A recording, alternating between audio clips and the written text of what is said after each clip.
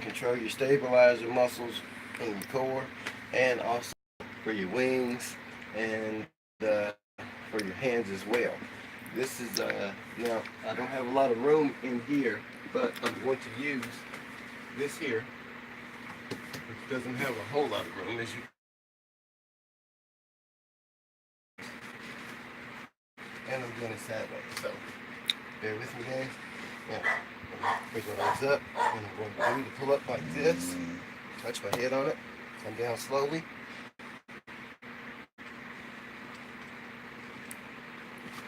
And that's how I do those. Now, this is for your core.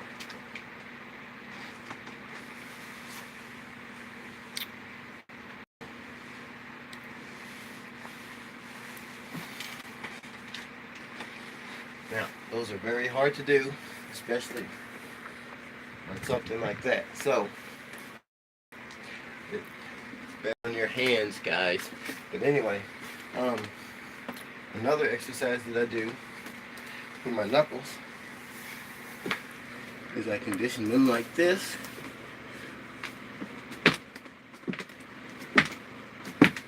Like that.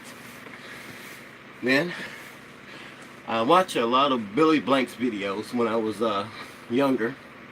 This was after my grandfather started training me, and he was a Green Beret, but he was always teaching me self-defense, how to defend myself. So watching most martial arts became easy to me, especially after you learn to master one.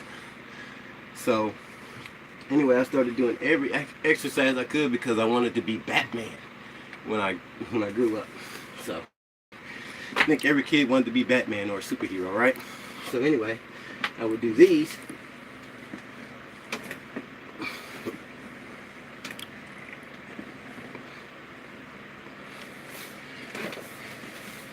And those are very good when you're doing palm strikes,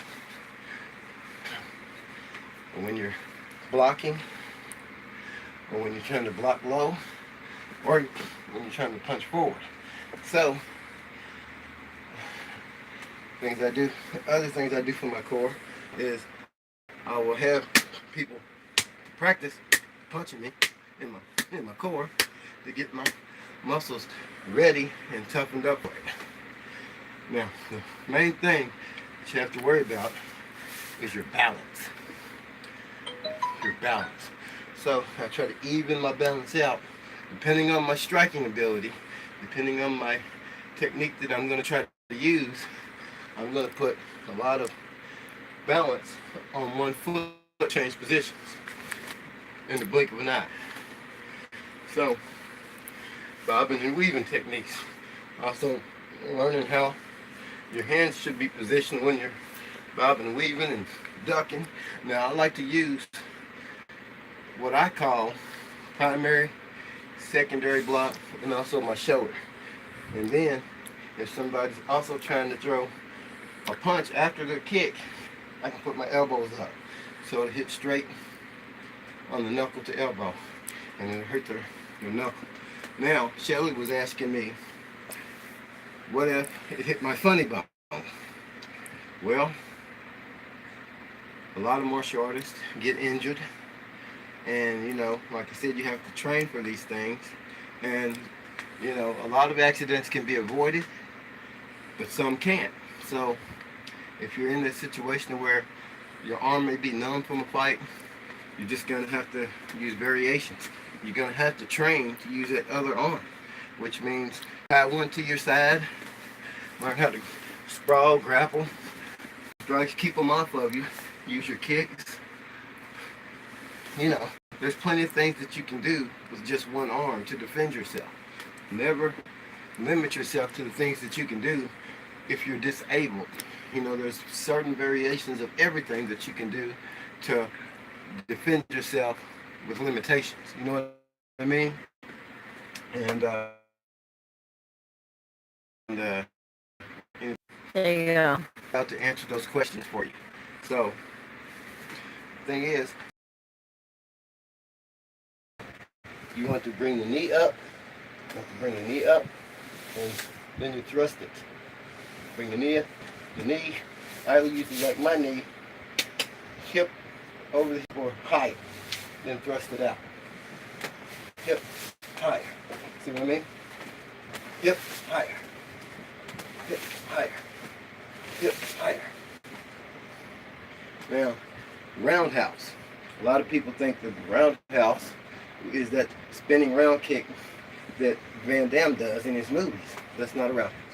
Roundhouse is simply, you got your low, you got your mid, and you got your high kick. Now, again, I like to get my body twisted, and I like to follow through with my knee coming, then extend my leg out. It's kind of like a spring. Pow! And smack them like that. Now, a lot of people do their stiff like that. Either way, depends on what martial arts form you are. I like to do different variations of it. Front kick. Side view of the front kick. Bring my leg up. Bring my leg up with my hands. My hands up as my guard. Both feet. Now,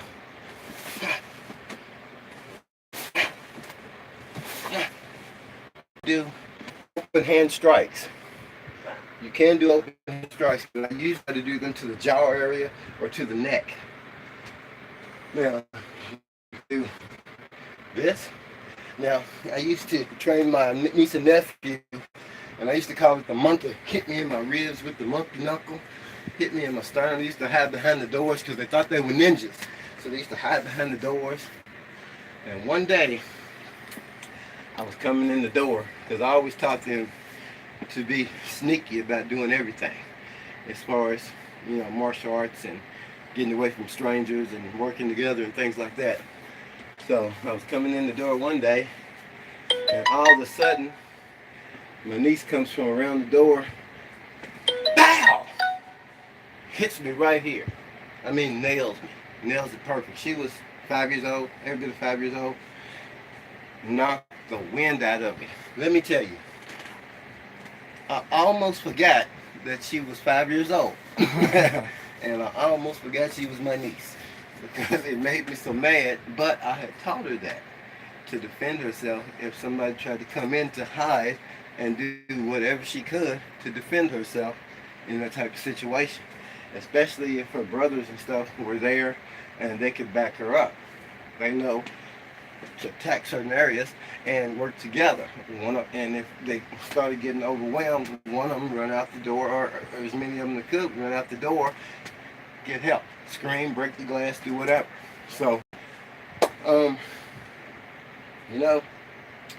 been doing different variations of martial arts for many years, and I've been exercising and working out for many years. I'm 43 now, and as me and my fiance get back into shape, I'm starting to feel a lot better and a lot more confident about, my fighting style, especially since I stopped doing drugs and things like that. So, I'm just as fast as I was. Now, granted, I have knee problems that limit my kicking ability, so I can only do certain kicks. I can do, and I'm in a confined space. But, I can still do most of those kicks.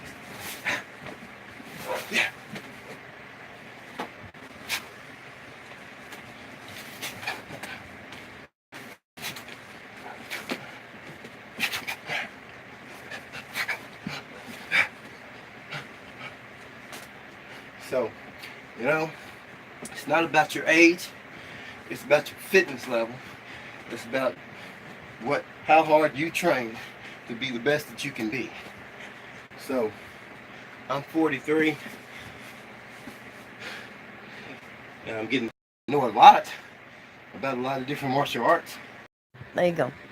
Each day that I see something, I see different variations, and vice versa. The thing is to figure out what works best for you in the situation that you're in at that time. Use it to your advantage. That's what I'm teaching my fiance to do. That's what a lot of our videos are about. Um, staying in shape, being who we are, and keeping faith in God. Because God put us here, and He's the one who is able for us to get up every morning. So, that being said, I put mostly all I have into those punches and I snap them back. But I'm breathing every time to give me more velocity. A lot of people like to lean into them.